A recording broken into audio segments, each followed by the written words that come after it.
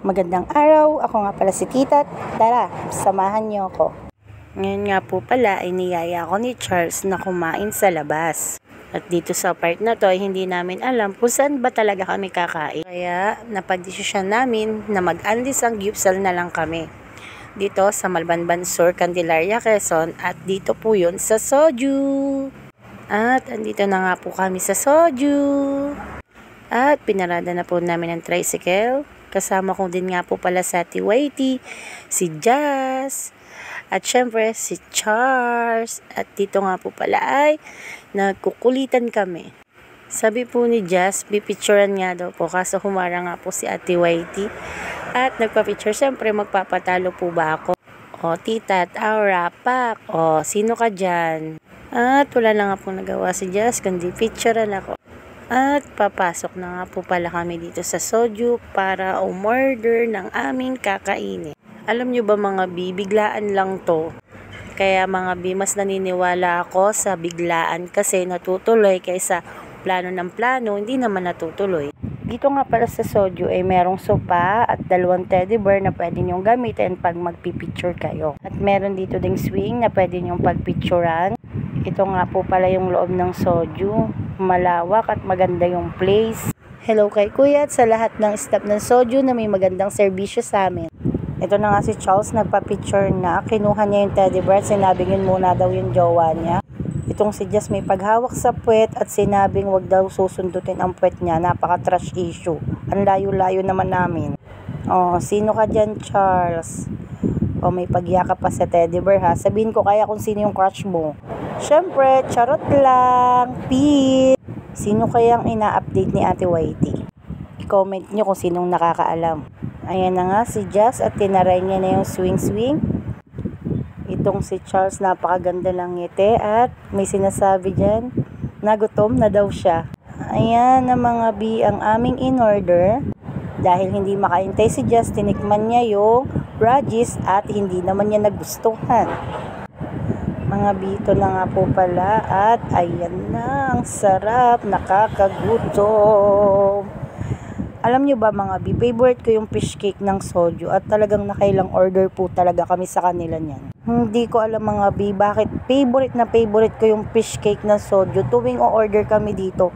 Yan talaga yung madami kong nakakain. Ito na mga bi at itatry ko na po yung fish cake. Makikita nyo na talagang napakalaki ng ngako diyan. Talagang gustong gusto ko yan. Tingnan nyo naman ang reaction ko, diba? At ako na nga po palang utusan nilang magluto kasi no choice po ako. At ayan na, luto time. Alam nyo ba mga bi, ako lang yung nagluluto dyan kasi yung mga kasama ko, ayaw nila yung nagluluto. Kasi natatalsikin daw sila nung langis.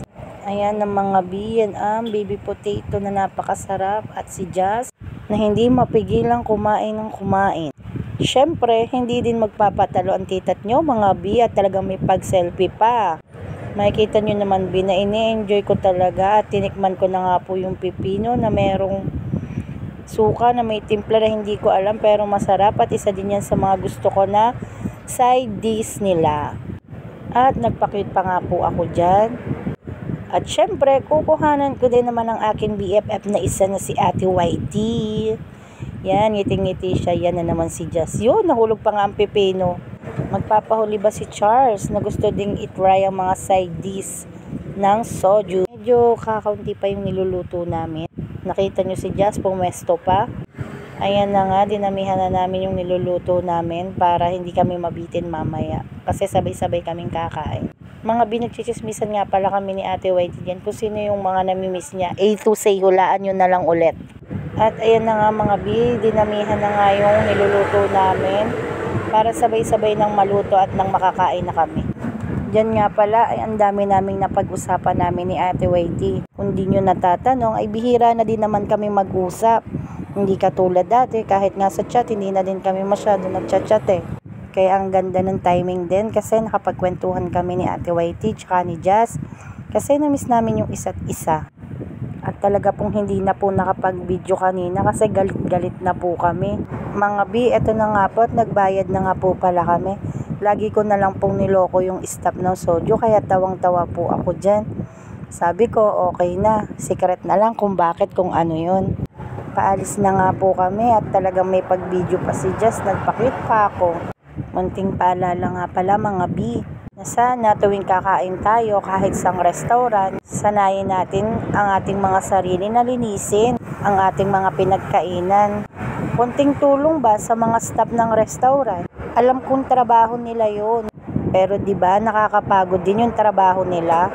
Simple pero alam kong mapapangiti nyo sila pag nakita nilang malinis ang kinainan natin. At sa mga kaibigan ko, alam ko hindi man tayo madalas magkita o magkausap, pero isang tawag ko lang, oo na agad yung sagot nyo, walang patumping-tumpik, walang dahilan, walang keme. Marami pa akong mga kaibigan mga B, kaya antayin nyo sila sa susunod na vlog ko. Antayin nyo ha. Ito na mga B, pauwi na kami pero tawa kami ng tawa, kaya hanggang dito na lang. Paalam, bye! Ingat!